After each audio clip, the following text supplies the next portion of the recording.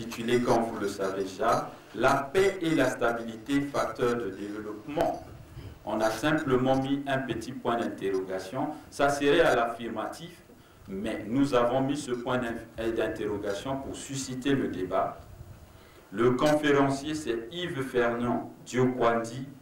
Il est membre du cercle de réflexion des écrivains sur le président Denis Sassou Nguesso. Il sort de Dolisie. Homme d'affaires, le voilà. Le modérateur de ce thème, c'est un politologue, Christian Boubanga Ndinga, de Dolisie. Le voilà. Nous aurons, après tout cela, un témoignage. Le témoignage sera fait par une dame connue dans ce pays, actrice émérite, pour la paix. Vous vous souvenez du groupe de Douala qui était rentré après les affres que notre pays a connues. Ce groupe de Douala est rentré, est allé en audience rencontrer le chef de l'État. La maman a fait un témoignage au nom du groupe de Douala. Ça a décrispé l'atmosphère. Aujourd'hui, la paix a pris corps et la stabilité continue dans le pays. La maman Emilienne et Bouritzio, la ministre, merci de l'applaudir. Condamne à vivre ensemble, quel que soit le l'applaudir. Mais ce débat, cet échange se déroule à temps et satisfait d'avoir accompli. Les attaques personnelles sont proscrites. Messieurs distingués invités, le décor ainsi planté, à nous souhaiter à nous tous un très bon, un utile repos du donné. Ils vont se tenir maintenant à votre disposition pour ces deux approches différentes. Administrateur civil hors cadre de la municipalité de Pointe-Noire et municipal de la ville de Pointe-Noire, membre donc de ce thème, premier thème. Le deuxième, ancien bâtonnier. Vous trouvez les mots M-O-T-S.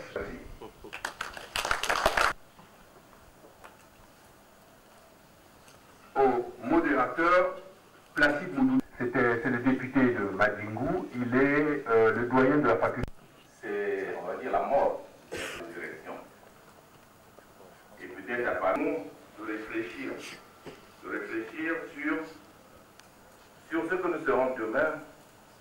Il faut, à travers nos réalités, à travers notre sociologie, regarder les autres. Nous reviendrons là-dessus, mais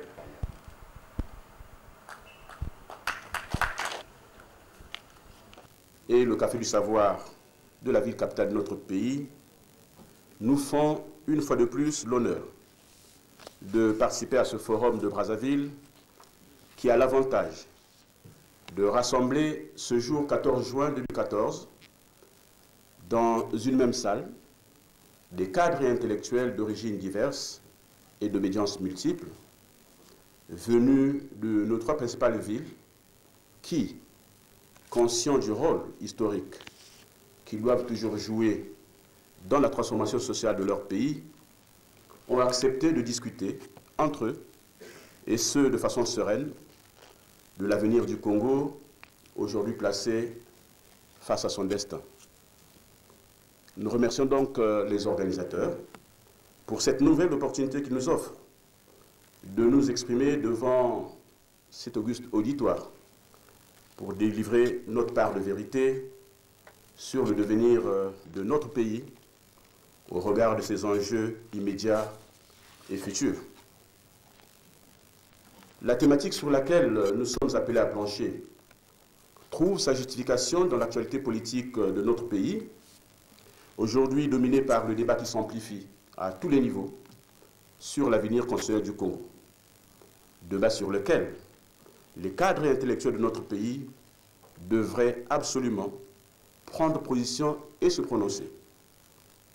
En effet, tel qu'intitulé par les initiateurs, notre thème pourrait autrement se comprendre comme un vibrant plaidoyer en faveur d'un changement de cap constitutionnel à travers lequel les Congolais, autour d'un consensus national sereinement construit, accepteraient d'établir entre eux un nouveau contrat politique et social qui soit en harmonie avec leurs attachements aux valeurs de paix, de démocratie et de développement intégral de leur pays. C'est pourquoi nous voudrons, avant d'entrer dans le vif du sujet, poser deux préalables que nous estimons nécessaires pour la sérénité de nos échanges. Premièrement, nous voulons vous faire remarquer que la Constitution est certes un document de haute portée juridique, mais dont la particularité réside en ce qu'elle est le seul texte en la matière qui traite des questions liées au fonctionnement des institutions politiques et de leur interaction avec l'organisation du pouvoir. C'est ainsi que notre débat d'aujourd'hui sera essentiellement orienté vers l'approche politique de la Constitution, même si, à un moment donné, nous emprunterons quelques suggestions juridiques pour étayer certains faits politiques et justifier quelques-unes de nos prises d'opposition. Deuxièmement, nous voulons partager avec vous le souhait que notre débat revête, tout au long de son déroulement, comme l'a dit le président du Café du Savoir, un caractère impersonnel qui nous démarquerait qualitativement des gesticulations partisanes du citoyen lambda, afin d'éviter que ce grand moment de respiration intellectuelle sur une question désormais incontournable, que nous puissions passer à côté de cette nouvelle opportunité de l'histoire qui devrait nous permettre de corriger les aspérités de notre passé commun, passé fait de crises successives et d'incompréhensions séculaires qui ont eu pour conséquence de retarder notre envol vers le développement intégral du Congo, c'était par nous tous.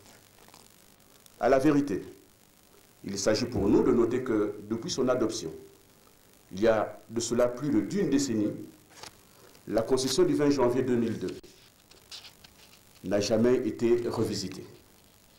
Aucun débat sérieux n'a été organisé jusqu'à ce jour pour évaluer les effets induits par celle-ci dans l'approfondissement de notre processus démocratique et proposer les évolutions nécessaires à l'amélioration de la gouvernance globale et l'enracinement de l'état de droit.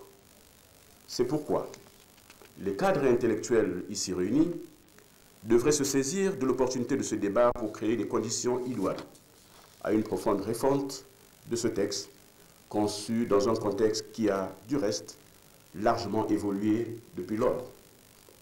Après ce recadrage, permettez-nous à présent de vous proposer le canevas ci-après que nous souhaitons emprunter pour aborder notre problématique. Je voudrais donc commencer par faire défiler. Je vais vous présenter le plan de mon exposé. Vous avez là les séquences de notre exposé de ce matin pour mieux aborder donc notre problématique.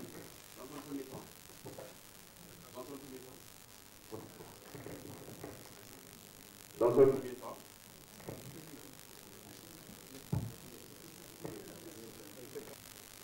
un deuxième temps, nous allons évaluer les forces et les faiblesses de la Constitution du 20 janvier 2002 pour certainement tirer les leçons et les raisons de sa remise en question aujourd'hui. Dans un deuxième temps, nous passerons donc au troisième point, le passage de la 5e à la 6e République, ou la nécessité de nouveaux contrats politiques et sociaux au Congo. Dans un quatrième point, nous définirons de long en large le rôle du président Denis Sassou Nguesso dans le processus actuel. Dans un cinquième point, nous allons épiloguer autour de la place du peuple souverain dans la légitimation du processus de changement de la République actuelle. Et enfin, nous passerons à la conclusion. Ceci étant dit, passons directement au premier point. Voilà. Lorsque nous revisitons l'histoire constitutionnelle de notre pays, force est de constater que le Congo est un grand consommateur de constitutions.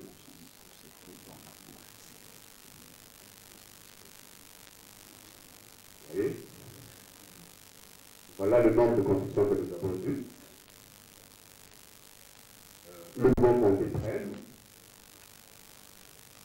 avec les actes fondamentaux.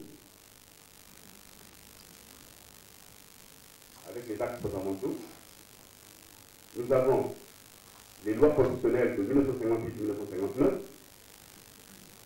la Constitution du 2 mars 1961, la Constitution provisoire. La première leçon, c'est que l'histoire constitutionnelle du Congo, si nous le reconnaissons dans cette première leçon, c'est un événement politique, celle du 11 septembre 1963.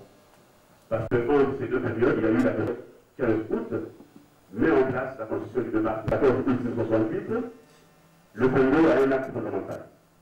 Puis, 1968, qui va donc renverser l'ordre politique obtenu à partir de la Révolution. Notre histoire constitutionnelle est le reflet de l'instabilité politique que notre pays a connue depuis son indépendance jusqu'à ce jour, je pense. Voilà. Deuxièmement, nous avons tiré notre leçon, qui n'est pas aussi un fonctionnaire de droit français. Notre pays, le Congo, a souvent fait usage, mais là aussi, il y a un débat. On vous a annoncé que un ordre politique se mettait en place. Cet ordre politique change que dans notre histoire, nous ne connaissons pas la vraie histoire de notre pays, en octobre 1997, qui lui-même a abrogé la Constitution du 15 mars 1992 à l'issue de la victoire militaire des forces démocratiques et patriotiques le 15 octobre 1997. Je n'en dis pas plus, parce que c'est une histoire récente. Nous l'avons vécue, les uns dans leur chair. Nous ne faisons pas plus de commentaires.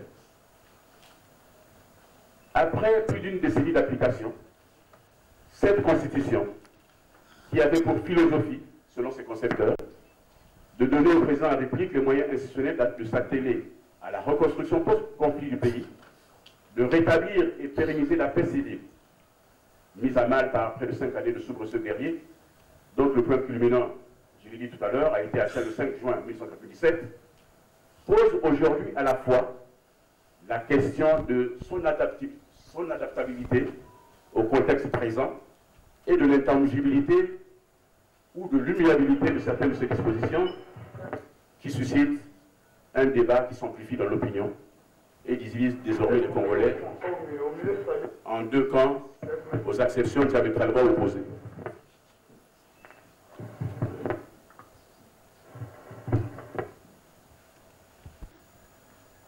Il y a un débat.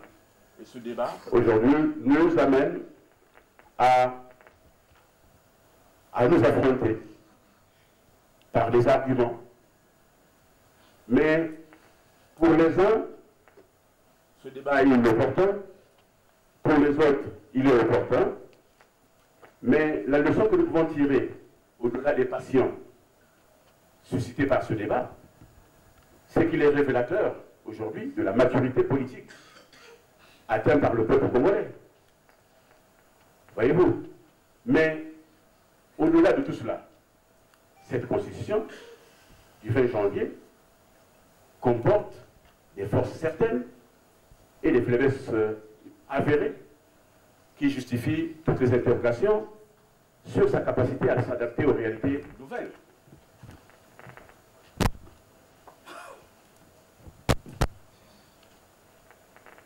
C'est ainsi que j'aborde les forces. Lorsque nous regardons de très près la constitution actuelle de notre pays, nous lui reconnaissons 7 forces. 7. Tout cela serait discutable, mais selon moi, je reconnais à la Constitution du 20 janvier 2002 7 forces. La première, sa première et principale force, provient de ce qu'elle a assuré jusqu'à ce jour à notre pays une certaine stabilité des institutions républicaines. Ça, c'est de notoriété publique et c'est connu que depuis que nous avons la Constitution du 20 janvier 2002, les institutions républicaines fonctionnent de façon ininterrompue et régulière jusqu'à ce jour. Parce que Lorsque nous regardons l'histoire constitutionnelle de notre pays, cette posture lui confère la latitude de déterminer, de conduire la politique de la nation, et elle contraste avec la cacophonie que nous avons observée sous le régime semi-présidentiel de 1992, le fait de neutraliser le pouvoir exécutif et le pouvoir législatif. La Constitution du 20 janvier 2002, par le biais de l'article 114, a épargné les institutions congolaises des crises graves et persistantes observées sous la Constitution du 15 mars 1992 et qui ont constitué de véritables percuteurs, clarifié le dernier point, donc le troisième. Vous voyez que la Constitution du 20 janvier 2002, dans son article 98 alinéa 2, a produit pour la première fois dans une loi fondamentale une disposition tendant à moraliser la vie publique par le biais d'une exigence de transparence concernant le patrimoine des hommes. On permettra demain que cet article-là soit appliqué pour le bien de la gestion du peuple, n'est-ce pas? C'est une force, parce que les droits et libertés des citoyens sont garantis par la Constitution, ce qui est une très bonne chose, et pour la République de demain, il faut que nous puissions continuer à veiller à ça.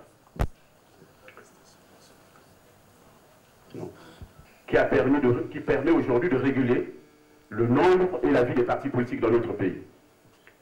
La loi sur les partis politiques est consécutive à y avoir pensé. Je voudrais que l'auditoire sache que nous voulons passer de la 5e à la 6e République et que nous voulons capitaliser nos forces du passé pour construire la République nouvelle que nous allons avoir. C'est pour cela que je me fais l'effort donc d'identifier les forces qui seront pour nous, comme qui dirait, des acquis que nous devons à tout prix préserver si nous voulons construire la République juste et irréprochable que nous voulons. Faisons l'analyse empirique de cette Constitution. La première faiblesse, pour moi, elle est l'essence originelle. C'est un péché originel. C'est que cette Constitution, on a dit ici, on peut dire même les choses qui fâchent. Cette Constitution est conçue par les vainqueurs de la guerre du 5 juin 1997 pour conforter leur mat de la guerre du 5 juin. Parce que même dans ces dispositions transitoires, on parle encore de la transition. Ça veut dire que nous traînons encore avec nous le boulet de la guerre du 5 juin, parce que cette Constitution, pour moi, est le dernier stigmate. Parce que je considère qu'aujourd'hui, le Congo est à la croisée des chemins. Au moment où deux générations sont en train de se croiser, qu'on le veuille ou non, deux générations sont en train de se croiser. Une est en train de sortir, ça peut être demain, après-demain, mais en tout cas c'est imminent. Une autre est en train de rentrer, c'est vous. Alors, vous n'avez pas le droit de traîner avec vous le passif d'une histoire dont vous ne connaissez pas les tenants et les aboutissants. Vrai ou faux? Ce passif du passé doit être soldé. Ce passif du passé doit être soldé. Nous devons aller à la 6e République de façon nickel. Que nous laissons dans les vestiaires tout ce qui a constitué comme des points de discorde. Et pour moi, aujourd'hui, la Constitution du 20 janvier est un dernier stigmate. Pendant que Brazzaville s'est reconstruit, là où il y avait la guerre, on ne voit plus les impacts de BAD, non, sauf là à côté, mais en tout cas, partout, là, le pays a été pacifié. Vous pouvez aller de Brazzaville à Pointe-Noire à pied, si vous avez la force, bien sûr, sans que quelqu'un ne vous embête. Ça veut dire que nous devons monter d'un cran. Et donc, cette Constitution, à mon avis, doit être soldée. Parce que, de façon originelle, elle porte un grand péché.